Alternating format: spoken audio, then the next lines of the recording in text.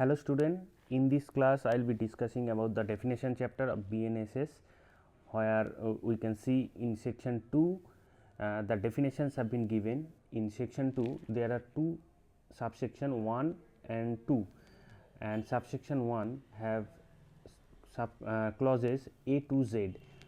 There we can see the definitions in this BNS. Okay, so let's start. The first definition is audio video electronic means. Audio video electronic means. So what is audio video electronic means?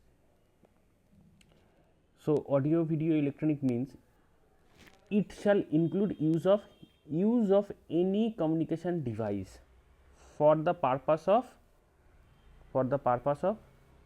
video conferencing, recording of processes of identification, search and seizure or evidences, transmission of electronic communication and other purposes, means as the state government may by rule provide. Okay, so very easy definition.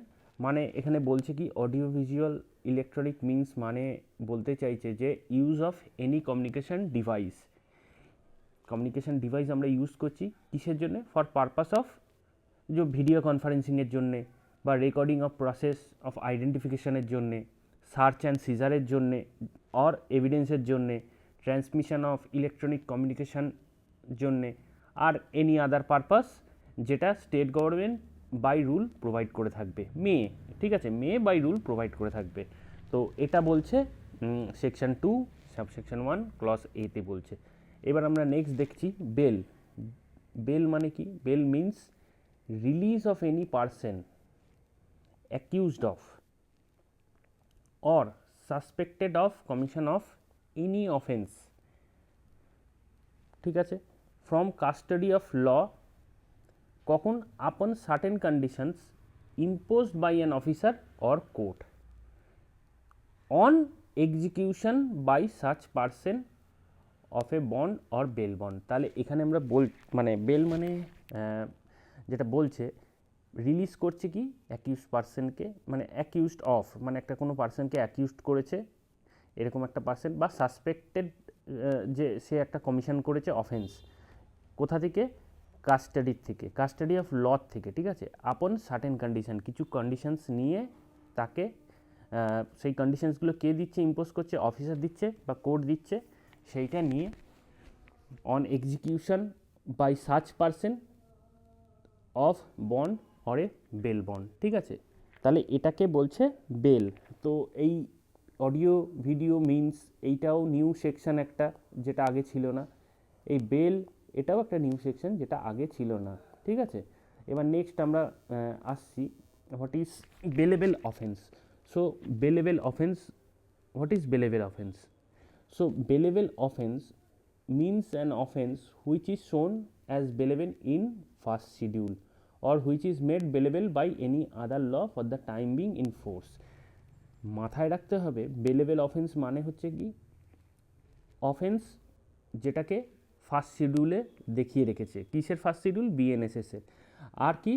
যেটা bailable করে রেখেছে অন্য কোনো লতে for the timing in force, ঠিক আছে, সেটাকেই bailable section ধরা হবে, ঠিক আছে। আর non bailable, and what is non bailable offence? Means any other offence. Non bailable offence means any other offence. So that is non bailable offence. তাহলে এইগুলো বাদ দিয়ে, মানে ফার্স্ট শিডিউলে বাদ দিয়ে যেগুলো আছে or which is bailable by, মানে যেগুলোকে বেলেবল বলা হয়েছে ফার্স্ট শিডিউলে, বা যেগুলো bailable under any other law for the time being in force, এইগুলোকে বাদ দিয়ে যেইগুলো পড়ে থাকবে যেই অফেন্সগুলো, সেইগুলোকে বলছে নন বেলেবল অফেন্স, ঠিক আছে। এবার এটা মাথায় রাখতে হবে, অনেক বইয়ে লেখা থাকবে যে 3 বছরের তলায় যেগুলো পানিশমেন্ট আছে সেইগুলোকে বলছে বেলেবল, 3 বছরের উপরে যেগুলো সেগুলো নন বেলেবল। এইটা কিন্তু একদম ভুল, এইটা তোমরা কিন্তু কোথাও লিখো না, কারণ এখানে স্পষ্টভাবে লিখে দিয়েছে যে শিডিউল, ফার্স্ট শিডিউলে যেটা বলেছে আর যেটা bailable any other law for the timing, সেটাই হচ্ছে বেলেবল। আর যেগুলো এগুলো বাদ দিয়ে যেগুলো আছে সেগুলো নন বেলেবল, কারণ কিছু কিছু পানিশমেন্ট আছে যেগুলো 3 বছরের বেশি কিন্তু বেলেবল, ঠিক আছে, এটা মাথায় রাখবে। So now coming to the, আর এইটা bailable offence is section 2 subsection 1 সিতে বলেছে, ঠিক আছে। আর নেক্সট হচ্ছে bail bond is also a new section. এখানে কি বলছে, undertaking for release with surety. So in this section bail bond means an undertaking for release without surety. So without surety যদি হয়ে থাকে তাহলে সেটাকে বেল বন্ড বলে থাকবে, আর উইথ সিওরিটি যদি বলে থাকে তাহলে সেটাকে বেল বন্ড বলা হবে, আর উইদাউট সিওরিটি যদি বলা হয় আন্ডারটেকিং নিয়েছে, মানে একটা পার্সোনাল বন্ড আর আন্ডারটেকিং নেওয়া হয়েছে রিলিজ উইদাউট সিওরিটি, সেটাকে বলা হবে বন্ড। তাহলে এই দুটোও নতুন সেকশন 2(1)(d), 2(1)(e)। ডিতে বলছে বেল বন্ড আর 2(e)তে বলছে বন্ড, ঠিক আছে। আর হ্যাঁ, এবার নেক্সট আমরা আসছি। নেক্সট হচ্ছে charge include any head of charges when the charge contain more heads than one, ঠিক আছে। এই চার্জ যেটা এখানে বলছে, চার্জ কিন্তু এখানে তেমনভাবে ডিফাইন করা নেই, ঠিক আছে। চার্জ কি সেটা ডিফাইন করা নেই, খালি বলছে কি, বলছে যে in law a charge may be defined as a precise formulation of a specific accusation made against a person or a offence alleged to have been committed by him. So what we can say, a charge is a precise formulation of a specific accusation made against a person of an offence alleged to have been committed by him, and this code does not, or this Sanhita does not define charge. And one thing you have to keep in your mind, if there are 3/4 charges, means 3/4 charges, the what will be the head of the charge? The charge will be that which will have the greater punishment, okay. So that will be the head of the charge. So coming to the next, মানে বলছে চার্জটা কি, charge কিন্তু কোথাও define করা নেই এখানে কোডেতে বা সংহিতাতে। চার্জ বলছে একটা প্রিসাইজ ফর্মুলেশন করা হবে, একটা স্পেসিফিক অ্যাকিউজিশন মেড করা হয়েছে একজনের এগেনস্টে of a offence alleged to have been committed by him, ঠিক আছে। আর এটা মাথায় রাখতে হবে, it must be specific and precise, ঠিক আছে। স্পেসিফিক অ্যান্ড প্রিসাইজ হতে হবে চার্জ। ইন এ সামারি বা সামান case trial forming of formal charges is not necessary, but in warrant case it is so, it is necessary. এখানে বলছে যে summary বা সামন কেসে ট্রায়াল যখন হচ্ছে সেখানে framing of formal charge necessary নয়, কিন্তু ওয়ারেন্ট কেসে কিন্তু এটা নেসেসারি, এটা মাথায় রাখবে তোমরা। Now next, cognizable offence. What is cognizable offence? means an offense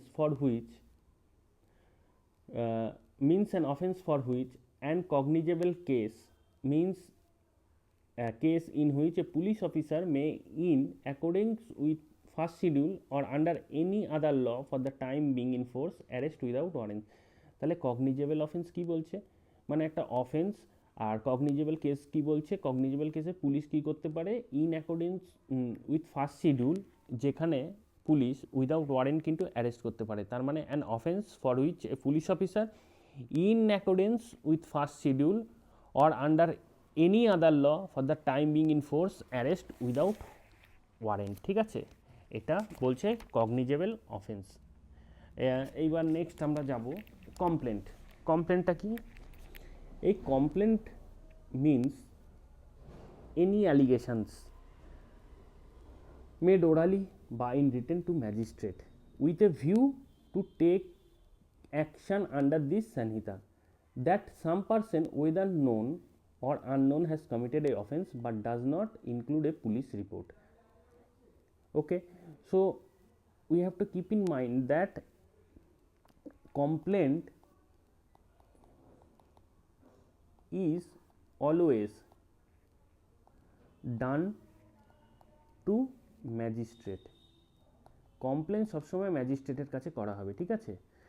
আর এখানে বলছে কমপ্লেন মানে হচ্ছে কোনো একটা অ্যালিগেশন যেটা ওরালি বা রিটেনে ম্যাজিস্ট্রেটকে দেওয়া হচ্ছে। কেন দেওয়া হচ্ছে? যাতে সে একটা অ্যাকশান নেয়, ঠিক আছে, আন্ডার দিস সংহিতা। কিসের জন্য? কিছু আননোন পার্সন হতে পারে বা নোন পার্সন হতে পারে, তারা কী করেছে, কমিট করেছে একটা offence, but does not include A police report, কিন্তু এর মধ্যে পুলিশ রিপোর্ট ইনক্লুড হয় না। কিন্তু এক্সপ্লেনেশন বলছে, একটু মাথায় রাখতে হবে, A report under by a police officer in case which disclose after investigation the commission of a non-cognizable offence shall be deemed to be a complaint. আর police officer by whom such report is made shall be the complainant. So this thing has been explained in explanation that a report is made to a police officer in a case after investigation it is found that the offence is non-cognizable. In that case that report will be treated as complaint and police officer will be treated as a complaint. মানে এখানে কি বলছে, যদি কোনো একটা report দিয়ে থাকি police অফিসারকে, আফটার ইনভেস্টিগেশন দেখা যাচ্ছে যে সেইটা কমিশন করছে কি একটা নন কগনিজেবল অফেন্স, সেই সময় কি করা হবে, সেই রিপোর্টটাকে ধরে নেওয়া হবে কি, সেই রিপোর্টটাকে ধরে নেওয়া হবে কমপ্লেন্ট, আর পুলিশ অফিসার যে ওই রিপোর্টটা বানাচ্ছে তাকে বলা হবে কমপ্লেনেন্ট। ঠিক আছে, আর যদি কগনিজেবল হয় তাহলে তো এফআইআর হয়ে যাবে।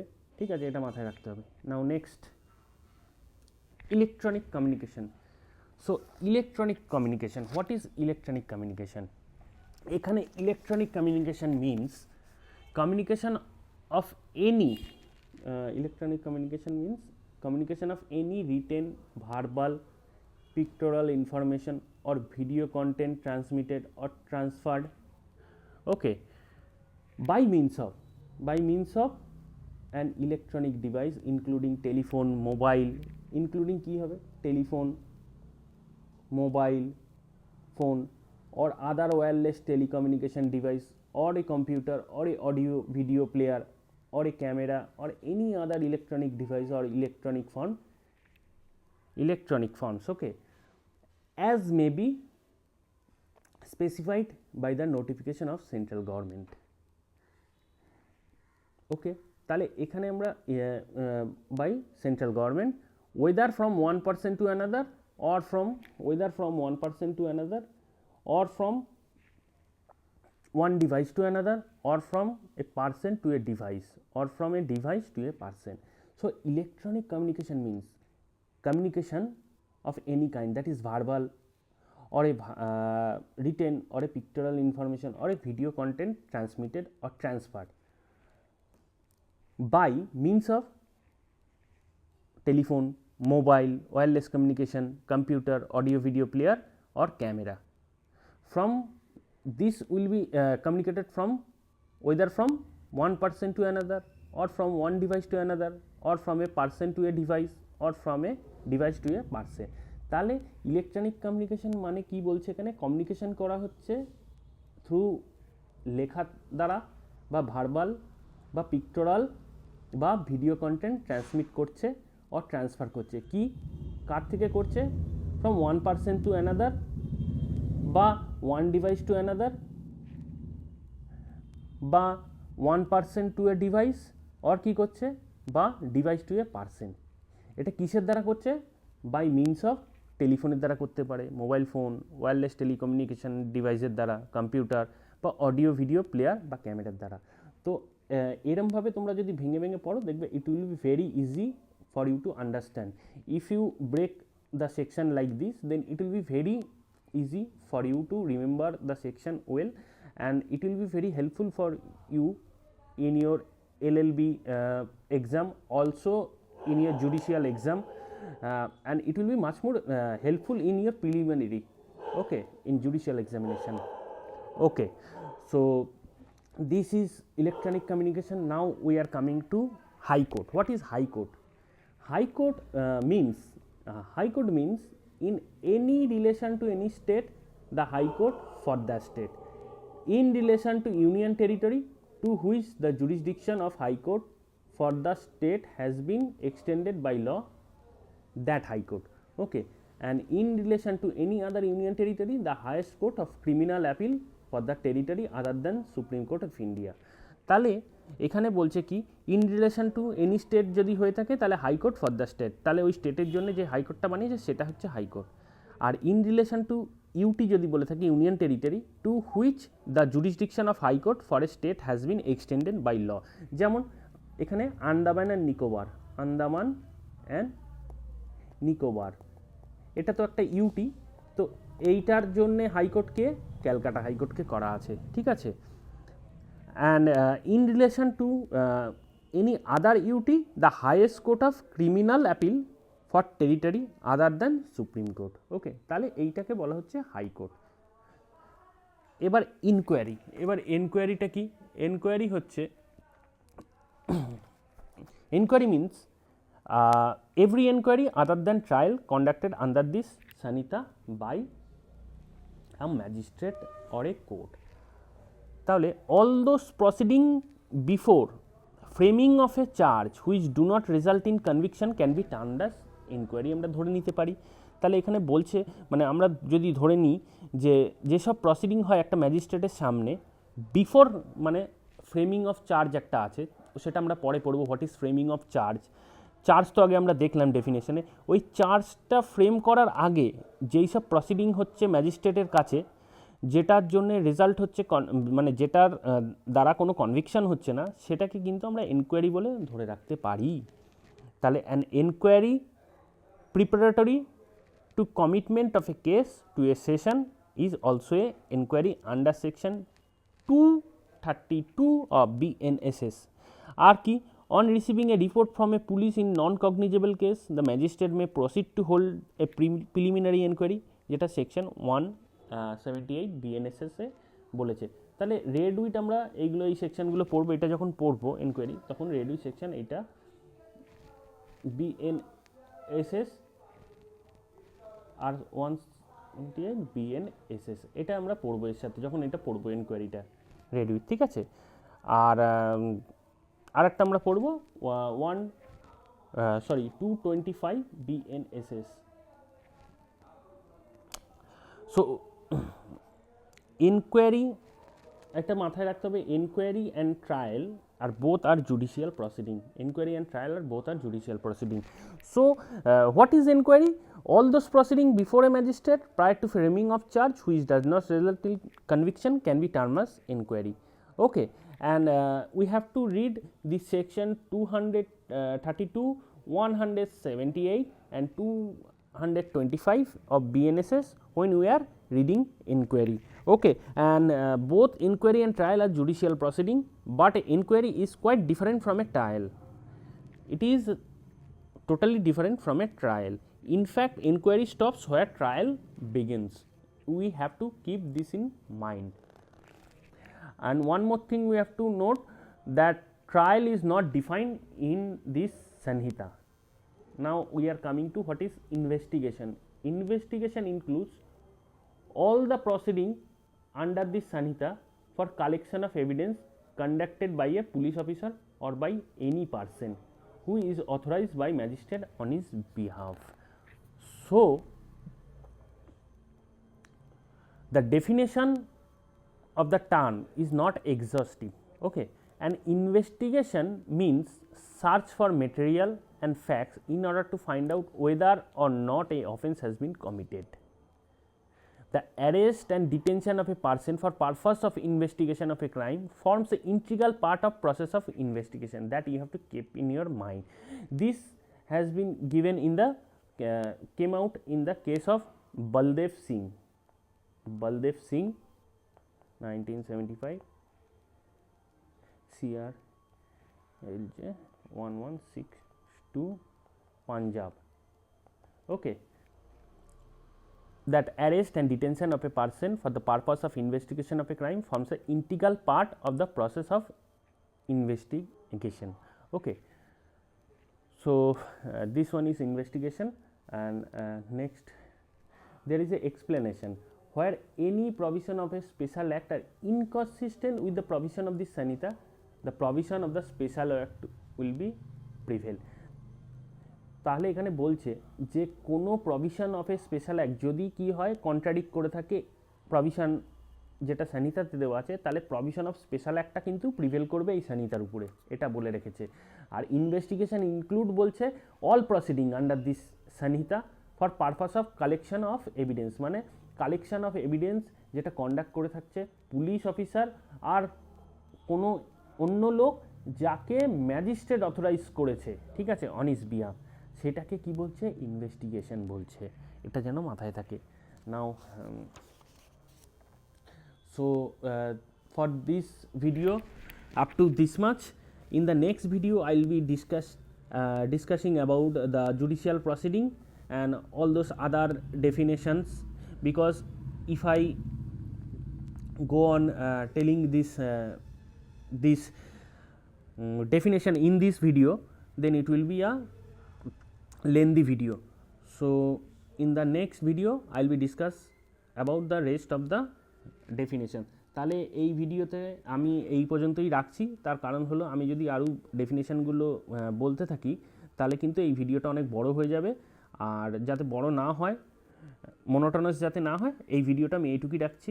Hope you have like my video. If you have like my video then please share this channel and also subscribe with your friend. Okay, so this much in this video.